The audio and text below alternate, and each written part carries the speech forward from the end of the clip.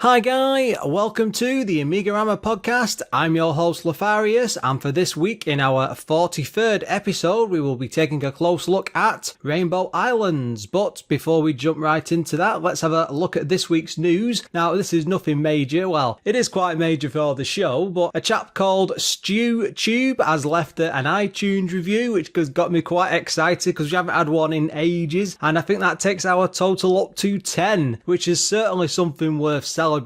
Now, I can't believe we've got just 10 reviews and we're up to our 43rd episode. By God, if anybody listening to this show has got iTunes or are running the show through that, please leave us a review, because it's the only way to get noticed in the podcast world, and I want to help grow the show and increase numbers and things, and that's as close as I get to begging, so please help out.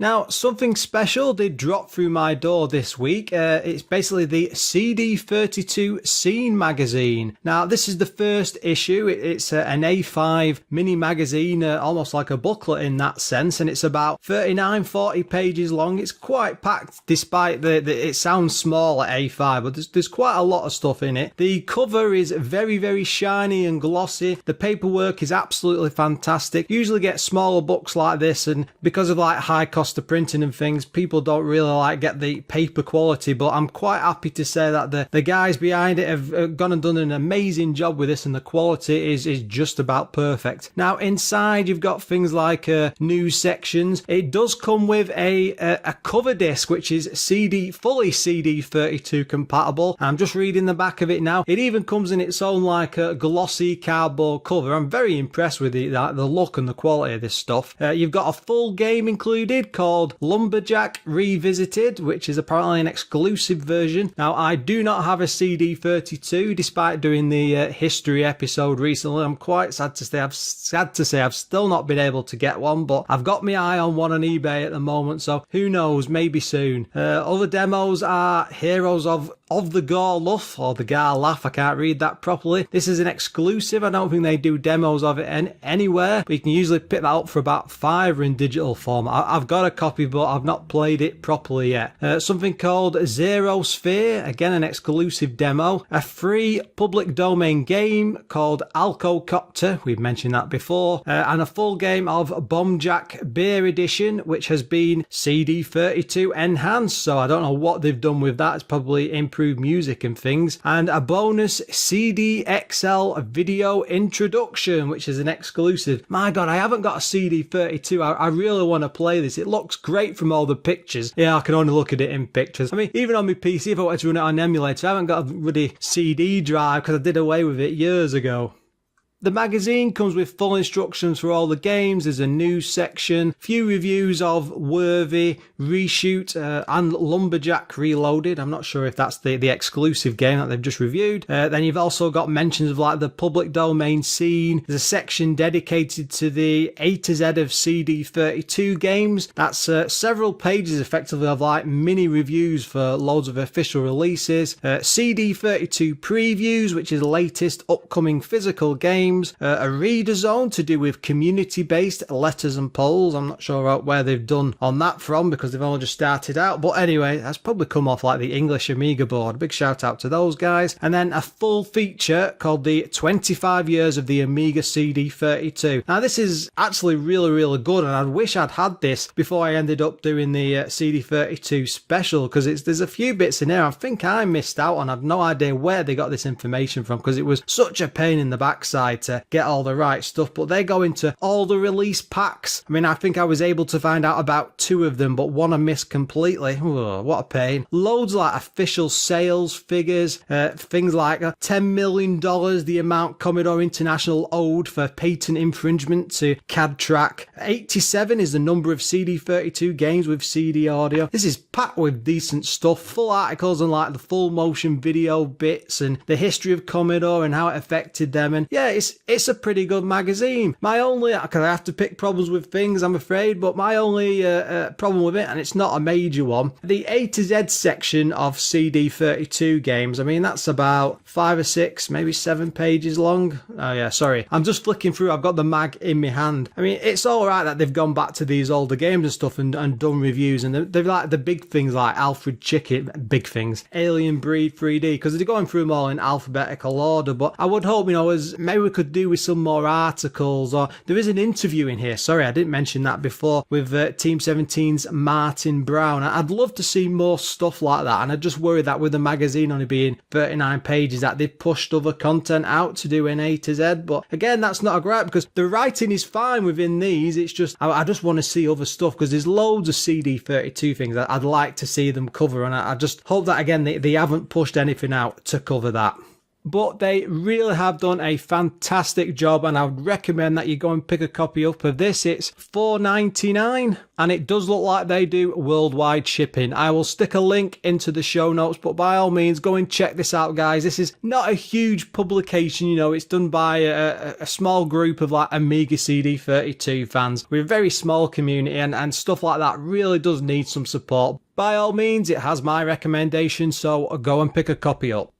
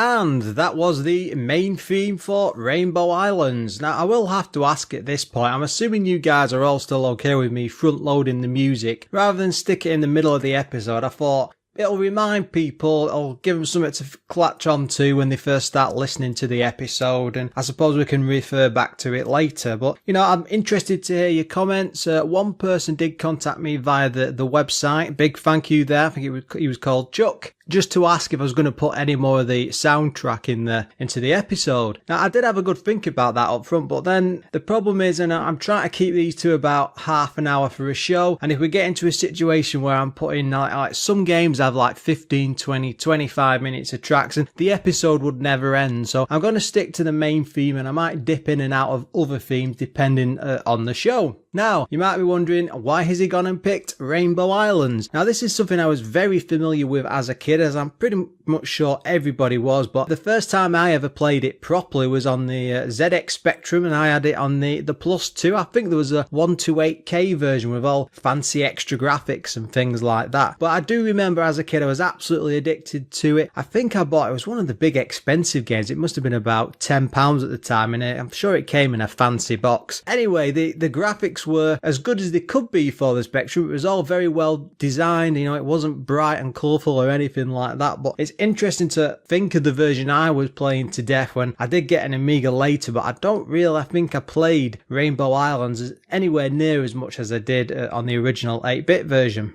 Let's dive right in. It was published by Ocean, who were responsible for games like A-Train, Batman the Movie, Chase HQ, all of the Strike games, Desert Jungle Strike, New Zealand Story, some real classes there. Mostly all the movie tie-ins. I mean, Ocean were like the EA of the day. I'm sure I've said that before. They were an absolutely huge company with some absolutely stonking titles. It was developed by Graftergold, who also did Fire and Ice, Paradroid 90, Realms, I think I've mentioned that before, Simulacra, Virocop and Uridium 2. Those are all pretty big Amiga titles as far as I'm aware, but I might be a bit wrong. I think a few of them are also like a sequel to Commodore 64 games. Now, it came out in 1989, although there was some delay and it seemed to spill out into 1990, which we'll get into a bit later. It was only on one disc. It was fully compatible with the A500.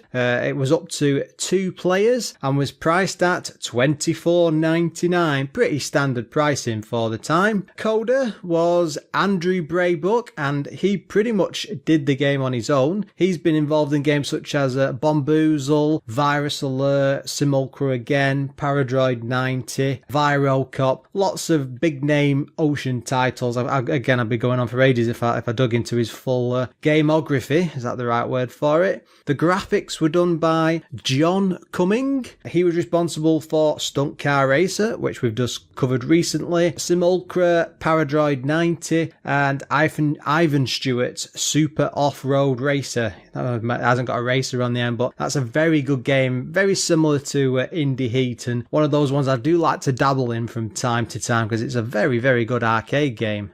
It was a pretty small team that worked on this. The music was done by just one guy called Jason Page. He did Flight of the Amazon Queen, which we covered a very, very long time ago. All the tunes in the Sensible Soccer games, or even SWAS, Putty Squad, Rough and Tumble. He's quite a prolific music guy. He's got loads and loads of games that he worked on. There were multiple conversions or ports, if you want to call them that, and it was pretty much one of the, I don't know, it was not one of the worst, but one of the most crossbred games I've ever seen. I was trying to get a list of things just to read out of the different versions, but it's everything across all the 8-bit and the 16-bit systems. I mean, it even stretched as far as the PS1 era and PlayStation 2 many, many years later. It's probably been re-released a million times because I don't tend to look at the modern stuff. I suspect there's probably some sort of special out there on the DS or even a remake on PS3 or PS4, but PS2 is about as far as I will go. Now, as I'm sure you're aware, this is the sequel to the classic arcade game Bubble Bobble. It's based on the original Taito arcade game, which came out in 1987. It does have a sequel known as Parasol Stars that drops the main weapon in this one of rainbows and switches over to umbrellas. I've played that one. I can't say I'm a fan. It's not really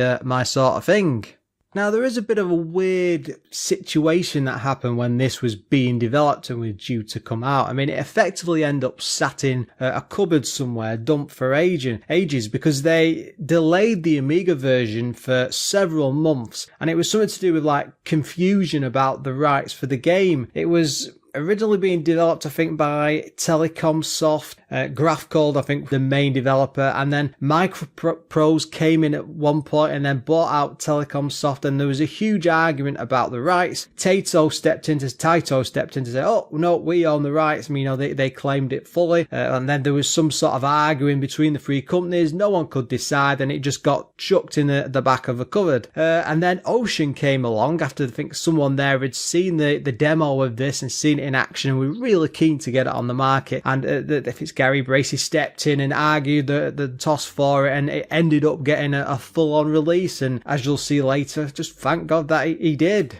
Reading through a few interviews, in particular by Andrew Braybuck, who actually did a full-on article about some of the history of his games, and he was talking in detail about how Taito actually provided an original arcade cabinet for this, and at the same time they provided one of the most intensive graphics books he'd ever seen, you know, listing all the sprites and the maps and things like that. And it's one of the reasons why the game across any system looks as good and feels as good as it does compared to the arcade original. I mean, this was not the norm at the time. You'd be lucky if they could go and visit, say, an arcade game sat somewhere and they'd be recording it on VHS tape and then trying to recreate something to go that far back. But no, they actually sent a full-on arcade cab over. They were able to work all sort of wonders for it. And from what I could tell, all versions across this were worked on at pretty much the same time. Even though it stretched back about 2 years and you had all the licensing and stuff, they pretty much all got sat in a big room with this huge, massive team of multiple people all working together on the different versions. And there was a lot of cross-drawing and cross-art and stuff, I suppose, with the music as well. And it all just came together and worked beautifully as they made a full-on product across all these different systems. And I'm sure I'm simplifying that far too much, but this is a podcast. I can't go too in-depth with all these details. Now, a couple of things I discovered about the game. There's no hardware sprites in the Amiga version, and that's due to the characters having to display in front of the main background and behind waterfalls. I mean, the Amigas, I think, is well known for its hardware sprites, but this doesn't really take advantage of it. There is some cheat codes for the game, but they were quite sneaky with it because they knew people like to use these. But if you do use them, they bump the difficulty up massively. Not so I think you'd notice straight away. It's as you got further and further with the game. So it's probably a bit pointless using them whatsoever. You'll have to get good at the game yourself, I'm afraid, guys. Now, one funny story I did find out is the developers across all the versions were actually given a big award for this over in Europe. But it turns out that someone who went to collect it over there actually managed to abandon it in a nightclub. In other words, they got a bit too drunk. And later on, just by some amazing coincidence, it just turned up. It was slightly damaged and knocked around the corners and stuff. This was not the sort of thing that developers at the time were saying and getting. And Andrew Braybrook said they were so proud and chuffed to bits to get this. And I think it's probably still sat on a shelf to this day in his house. He doesn't say that in the interview, but I suspect that's what happened to it. Of course, having an arcade game, you're going to have the most amazing story possible, especially if you're just viewing this up close in the arcade. But the story for this goes: Bubby and Bobby set off to rescue the inhabitants of the Rainbow Islands, who have turned into bubble dragons by the evil boss of Dark Shadow. They must collect the big gems and mirrors on the 10 Rainbow Islands and defeat the boss of Dark Shadow to return the islands to normal. That's pretty much it. There's not really much more in depth than that, and it's not like, say, Pac-Man, when you've got like these nice little cutscenes and things going on. I'm afraid there's no princess or anything like this. This is basically a huge treasure hunt.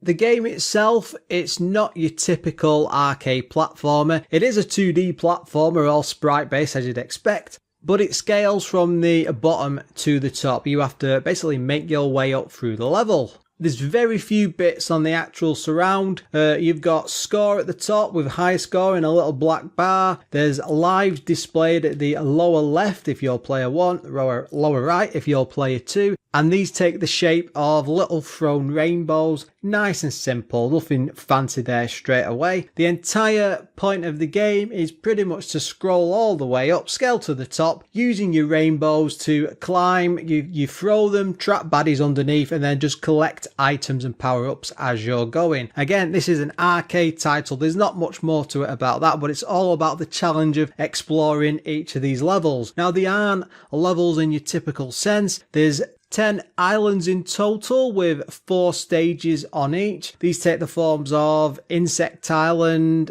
Combat Island, a Monster one, a Toy Island. That's things like water pistols, something called Doze Island, awesome Simpson name, Robot Island, and Dragon Island. And each is themed in particular to match the level and the surround that you get. But this isn't just a matter of let's scramble our way up nice and slow and take our time. If you take too long, the stages will actually begin to fill at the bottom with water, almost as if the island is sinking. So you really have to get a move on. You can't be exploring these massive levels. They're no left and right, it's straight from the bottom to the top. So you've really got to be on the move very, very quickly. The controls are quite simplistic. They do respond really well. The character's not very speedy. It does feel a bit like a person just warbling along, but I quite like that in a way. Even though it's really, really rapid, you're not like Sonic sort of speed, darting backwards and forwards really fast, but it does have just a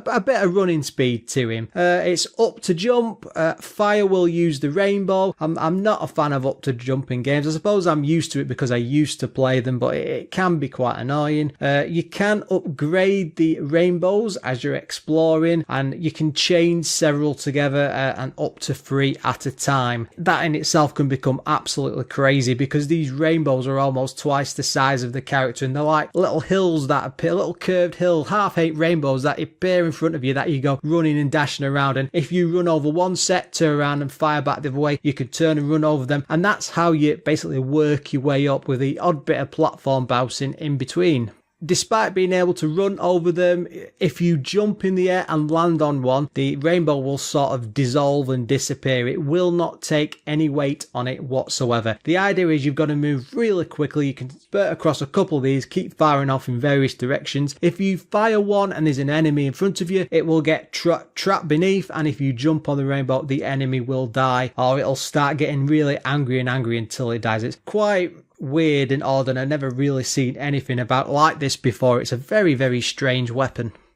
Having mentioned the islands, I did forget to mention that there is actually 3 secret ones that you can discover if you collect 7 gems, which are hidden throughout all the levels, which adds to that sense of, there's more to explore, there's more to do in the game, and you can pretty much learn where things are as you're playing, but it does give you the sense that the game is a lot bigger than it actually is. One of the oddest things to talk about for this game, I thought, is the graphics are so colourful and bright and cheery. I don't really know how else to put it. It's a very cutesy type of game. I mean, we are a little guy running about firing rainbows anywhere, and as you can probably imagine, it's very colourful and bright, and it all matches that sort of environment. But all of the levels are just full of various enemies, but one thing in particular, there's loads of sweets and sugary things and cake and flowers all dotted around, and you get points as you collect those, but there really is a vast abundance of this stuff. It's like finding gold. It's everywhere. You find it in chests, you open the chest, it goes all flying out in the air, spurting everywhere. It's like a cake orgasm. I've never seen anything like it, especially in a game before.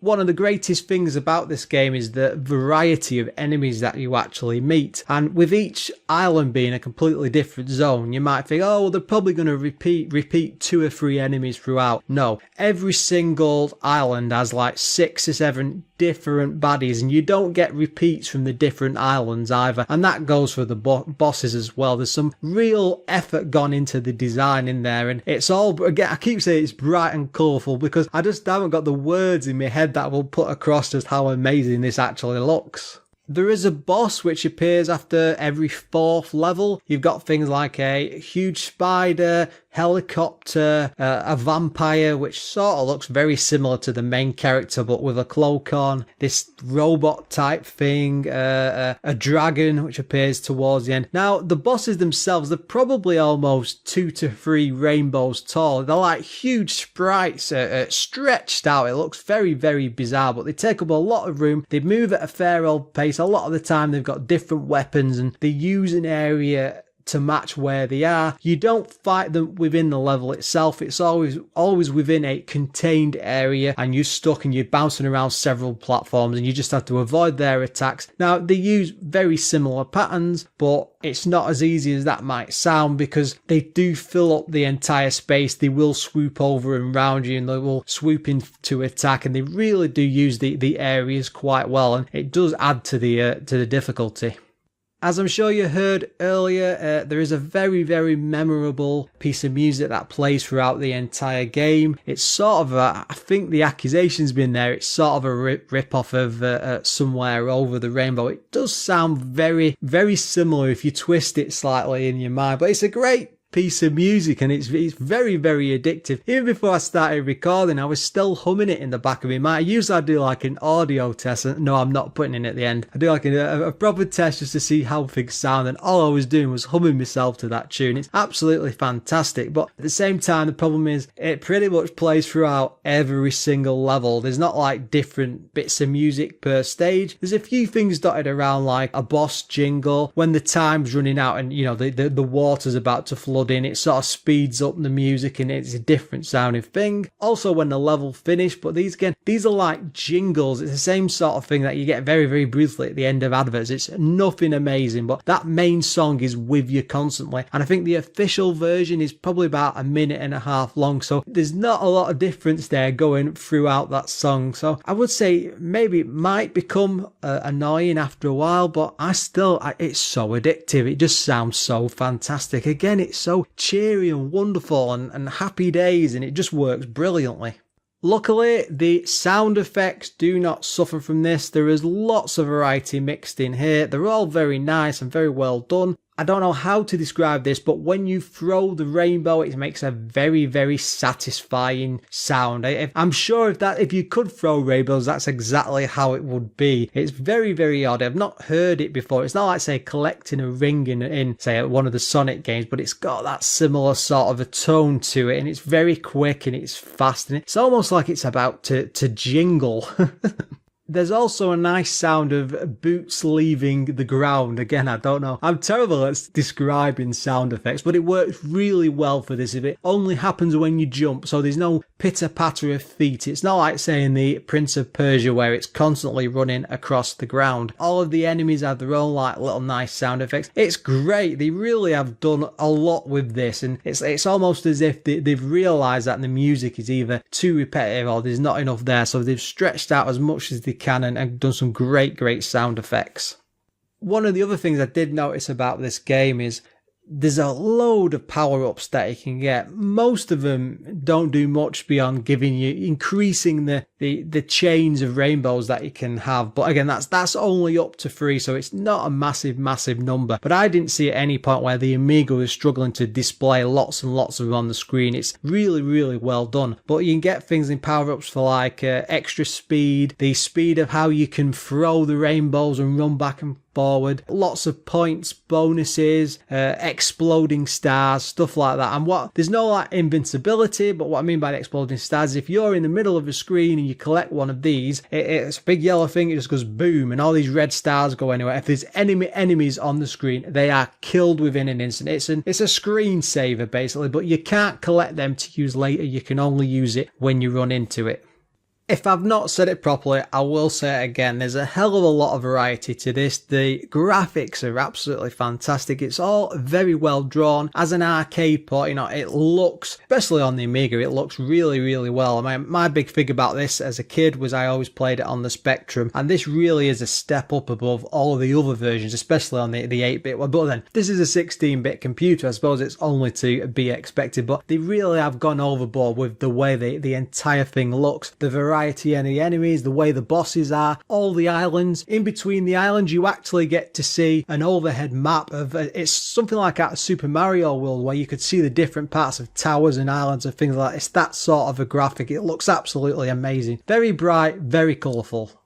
It can be quite a difficult game. I really am trying to find some problems here. But the thing is, it never feels unfair. I often got in situations I was getting frustrated and tossing the pad aside and that sort of thing, but you can never get in a situation where you're stuck completely. You can always turn around, come back to it later and have another crack at it. It does work very well, and you will get past it eventually, but it does take a fair bit of skill. But there's no sort of clipping, there's no like dodgy collision detection or anything like that. It's very well programmed and very well set up, and the design of the levels actually move how quickly you move throughout them and the way you can use the rainbows. There's lots of big spread out platforms, and you've really got to be smart how you span the chains across and move your way back and forth. I really am struggling this week to find problems with this game. There's nothing else like it. It's just a brilliant conversion straight away. It all just works. It's very well tied, very well drawn. Beyond the difficulty, there is very little problems with it. I didn't get to play the 2-player, I'm afraid to say, but the fact that it's got a 2-player mode and the first player version is a lot of fun to get into, it just works great. And the controls match up to what's happening on the screen. Even if you play it with a keyboard, usually a lot of games, especially these days, because you think, I've got a pad, I don't need to go back to them. But I always try it out just to see, just in case it's any different. And it really does work well, even with the keyboards. Everything's responsive, it moves perfectly. You can be tapping backwards and forwards and moving very quickly, chucking the rainbows about. It just works great.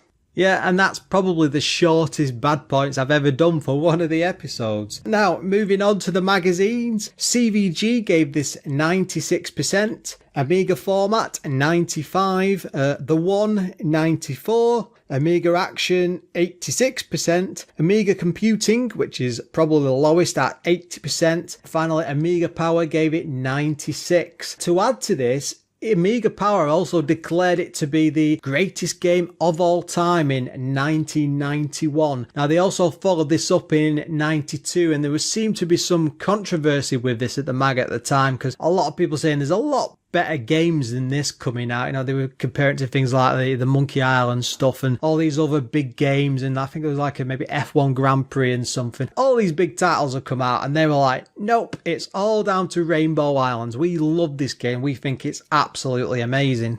In fact, Retro Gamer magazine in issue 9, going back to 2004, I think I was still in college at the time, they actually voted it as number 30 in their best games of all time list, and that was voted on by the readers, but even they had to agree it was right up there as one of these all-time amazing Amiga games. You know, it really did well, especially for the time. As a game, I mean, it feels absolutely huge. I said before, there's only 10 islands, and there's 4 per island, I suppose, and you've got the secret islands mixed in there, but just the way it's all built, there's tons of secret rooms dotted around, lots and lots of bonuses, and yeah, a lot of it is points driven, but compared to other points based games, there's not as much to do, especially for the time, as there was within this. You can really explore the levels, and the great thing is there's not a lot of randomly generated enemies. They're usually in the same-ish area when you come to them time after time, so you can learn the levels all the time, develop your skills at it, and really pass through it quite quickly. But even on a rush through for those expert players, you're still probably looking at about 50 minutes to an hour. And again, for an arcade title, that's a hell of a lot of content, and you know, especially for something like this. Out of all the Amiga arcade ports that I've played so far, you know, this is amazingly close to the original cabinet. I mean, I think I played it myself going back a few years now, but it's a very good game, even if it's an original form. To me, I think it's much better than the original Bubble Bobble arcade, because there's just so much more to it, and this is as close to arcade perfect that you could get for the time. Now, one of the other things is it does have up for jump, which is always one of my annoyances, but the great thing I noticed when I was testing this out for footage is the WHD load version actually has a hack. So if you want, and you've got a 2-button joystick, you can use that. So you can be firing your rainbow on one button, and then you can jumping and springing around on the other without using up, and that doesn't sound like anything major, but when you're going to have a proper hard blast at this and sink some proper time into it, it's much better being able to drop the up and then use the button, and it just really adds to the game. So yeah, if you're going to play this as an addition, I would certainly recommend the WHD load one with that hack. As I'm sure you're aware by now, I think the graphics on this are absolutely fantastic. You know, there's so many colours, everything is so well drawn and defined, you can tell exactly what it's meant to be. It's all very colourful and cutesy, and it matches the worlds well, and there's so many sprites, there's so many extra things to collect. Each level looks packed to the rafter with extra things. I've really never played anything like it or to this degree. It's a very simple game. There's not much to it. It's an arcade port, but it's got so much going on within each of the levels. It really does feel like it's pushing the Amiga overboard, and it's like one of the high-end type of games. It isn't. It clearly isn't, and yes, I know that. But when you look at it and you're bouncing around and there's rainbows everywhere and there's all these extras and you got things like the bosses and the baddies and stuff, the levels are absolutely packed with content, and there really is nothing like it. It really does hold up well, and it feels like a proper arcade classic, and I would say that in the sense of putting up there things like Pac-Man and Space Invaders. It really does hold up well, and I can fully understand why it's in so many game of lists or top 10s and 20s and things like that. And even back in the day, they were absolutely raving about this as being something special. Now, you might not be into this sort of an arcade game, it might not be your thing at all, but I would still say it's well worth going back to. There's not many games, I don't think, to this degree, and that's the great thing. I had loads and loads of fun, much more of some of the other arcade ports I've been playing on my time on the Amiga, and this really does hold up beautifully well. yeah, it's just loads of fun and highly addictive. And again, I would highly recommend you put 5 minutes aside and go and have a blast on this. I promise you will have a good time with it.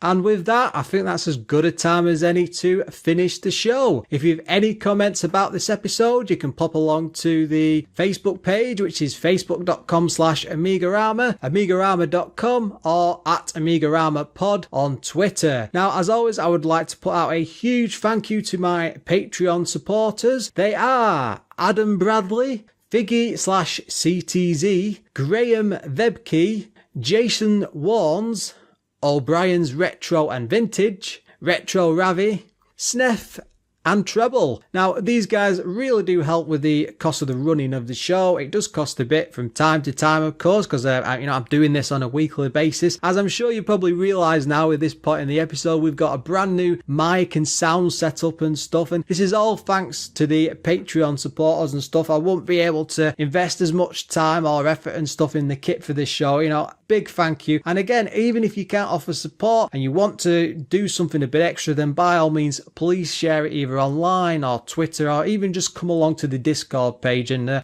Discord chat room, which as always is in the show notes below. Until next time, guys.